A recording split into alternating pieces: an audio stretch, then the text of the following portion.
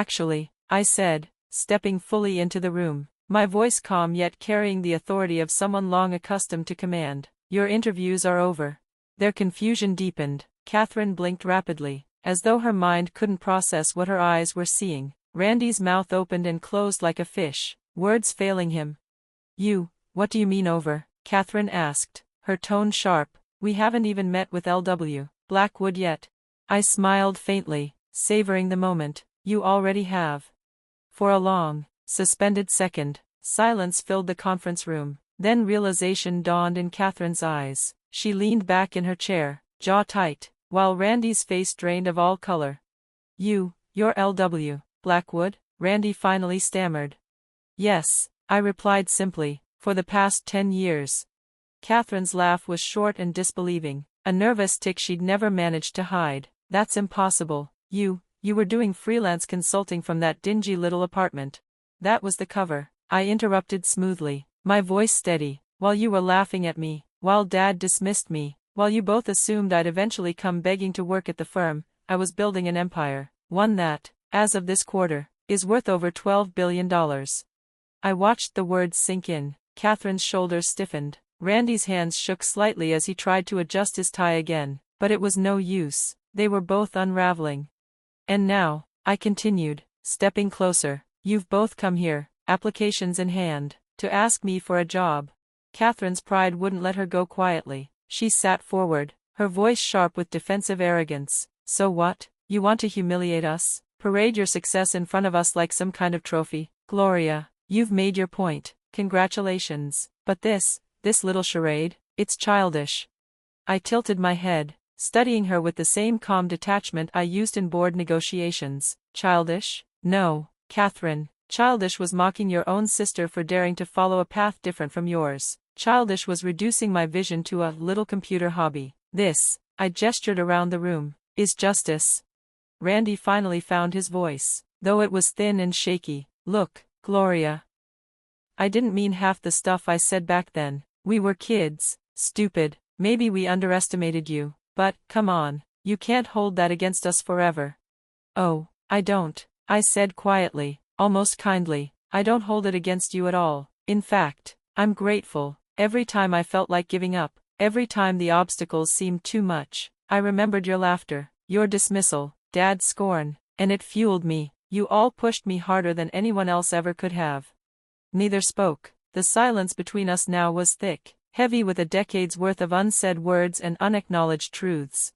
Just then, Bobby's voice buzzed softly in my earpiece. Miss Baker, your father and his legal team are ready in the main conference room.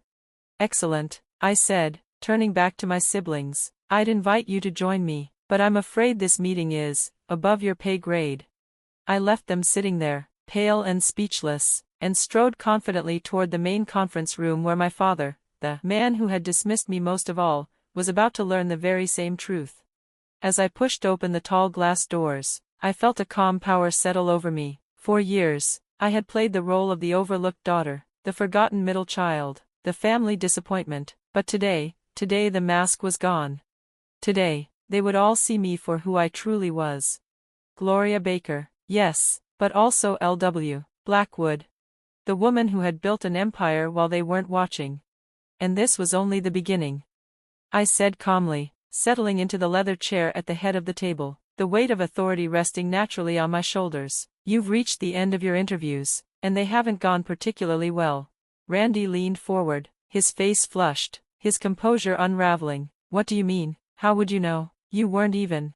Because, I cut him off, my voice firm but not unkind. I own this company. I am LW Blackwood. The silence that followed was almost suffocating. Catherine's lips parted soundlessly, her practiced courtroom confidence evaporating. Randy's grip on the table tightened until his knuckles turned bone white, his eyes wide with disbelief. That's impossible, Catherine finally managed, her voice barely above a whisper. You're just a freelancer. You work from coffee shops, for God's sake. A laugh slipped from my lips, soft but sharp, slicing through the tension. No, Catherine, that's just the story I let you believe. While you all pitted my supposed failures, I was building Blackwood Innovations, a Fortune 400 company worth more than every law firm in Philadelphia combined. The color drained from Randy's face. All these years.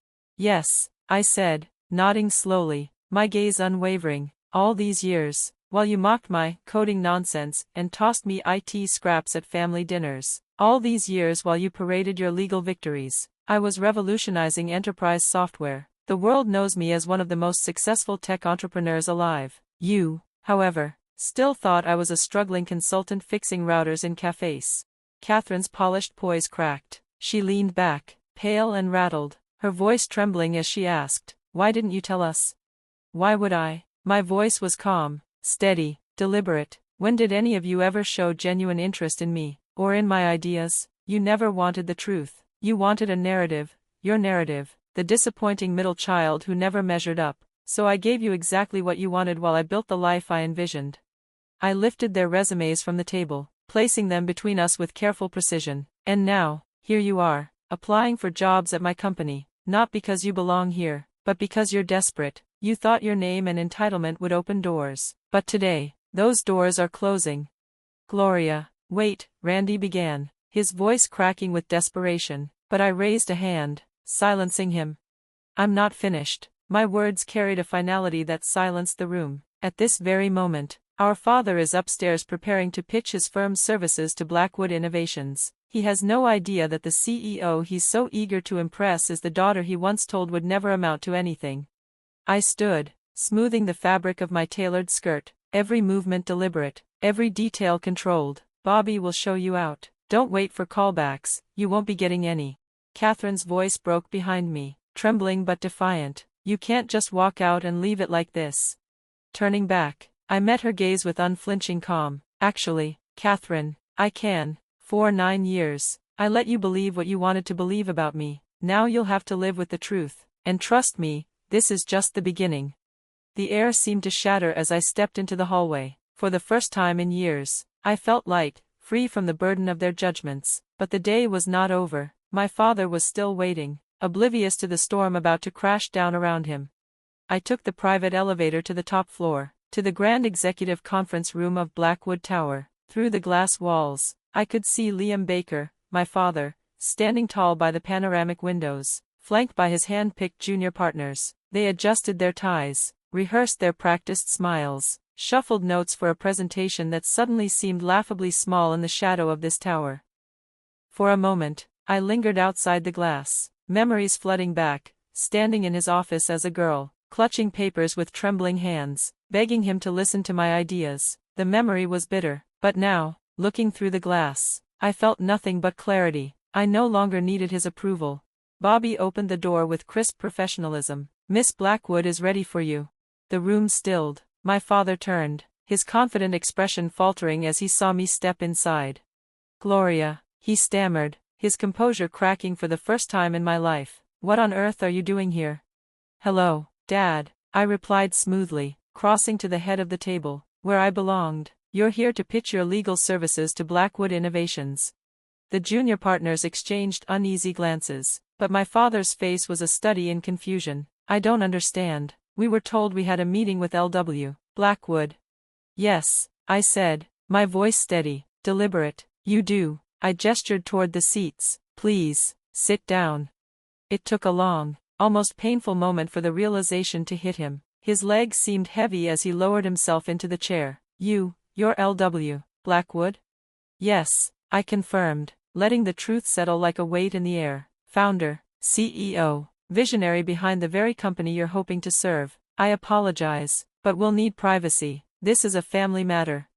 The junior partners practically tripped over themselves fleeing the room, leaving us alone, father and daughter, adversaries and strangers all at once. "How?" he finally asked, his voice stripped of authority, almost fragile. "How did you build this without us even noticing, without me knowing?" I leaned back in my chair, studying him with cool detachment. "I built it exactly the way I told you I would 9 years ago. At that dinner you so easily dismissed. You called startups a dime a dozen. You told me to give up. You never believed in me, Dad, not for a second. That made it easy to keep the truth from you. You never looked." He swallowed hard, his face drawn with disbelief and something deeper, regret. "You kept up the apartment, the car," he muttered. "Props," I said plainly, "to maintain the illusion you preferred, the failure, the disappointment, the forgotten middle child. It was easier to let you underestimate me than to waste energy proving myself to people determined not to see me. His voice was barely steady. And Catherine, Randy, they applied here? Yes, I said coldly. Their resumes were on my desk this morning. Their interviews were a disaster. He tried, feebly, to summon the fatherly authority I'd once feared. But Gloria, they're your family. Surely you could find them a place. Like the condescending IT support role you once offered me? I cut in sharply. Is that what family means to you, Dad? Handouts, charity, nepotism? He faltered. That's not. No, I said, rising to my feet. My voice was steel now. What's not fair is 9 years of mockery. What's not fair is watching you value Catherine's every move while you brushed aside mine as foolishness. Look around you, Dad. This building, this empire, I built it without your name, without your money, without your approval, and now you're here, pitching me like I'm just another client. He rose too, joining me at the window. For the first time, his reflection looked small beside mine. Why now? He asked quietly. Why reveal this now? Because I'm done hiding, I said simply, because you needed to see it, to feel it, to finally understand what happens when you underestimate someone who refuses to be broken. His eyes dropped, the fight draining out of him. I was wrong about you, Gloria. I've been wrong all along. Yes, I replied, unwavering. You have. I pressed the intercom. Bobby, show Mr. Baker out. Cancel any future meetings with his firm. He turned back at the doorway, his voice strained. And the family? What happens to us now? I met his eyes one last time. That depends. I'm no longer the girl begging for approval. If you want me in your life, it will be on my terms. When he left, I stood alone in the vast conference room, the city glittering beneath me. For years, I had lived in the shadows of their disdain. Now, the truth was out, and the world, and my family, would never see me the same way again. For the first time in my life, I felt completely free.